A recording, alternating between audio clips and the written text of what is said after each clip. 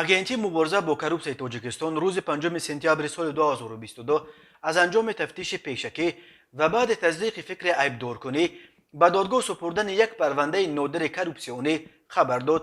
як мансабдор аз ноҳияи рӯдакӣ дар ин парванда ба фурӯши мансаб айбдор мешавад. маркази матбуоти агентӣ дар шарҳи ин парванда гуфт суроби рустамхон дар вазифаи раҳбари тиҷоратии шабакаҳои барқии ноҳияи рӯдакӣ кор карда, дар давраи фаъолияти корияш бо роҳи фиреб ба сӯистифодаи мақоми хизматӣ аз шаҳрванд барои ба вазифаи сарнозири зеризгоҳи барқии роҳатӣ ва шарқии шабакаҳои барқи ноҳияи рӯдакӣ таъйин намуданаш маблағи 20 000 сомонӣ талаб карда гирифтааст. вобаста ба ин ҳолати мансабфурӯшӣ нисбат ба суроби рустамхон бар асоси моддаи 247 қисми 4 банди б кодекси ҷиноятии ҷумҳурии тоҷикистон парвандаи ҷиноятӣ оғоз карда шуд. ба ӯ бар асоси ин банди қонун барои қаллобӣ ба маблағи махсусан бузург ҳамчун ҷазо ҷарима ба андозаи аз 1460 то 2190 нишондиҳанда барои ҳисобҳо ё маҳрум сохтан аз озодӣ ба муҳлати аз 8 то 12 сол таҳдид мекунад.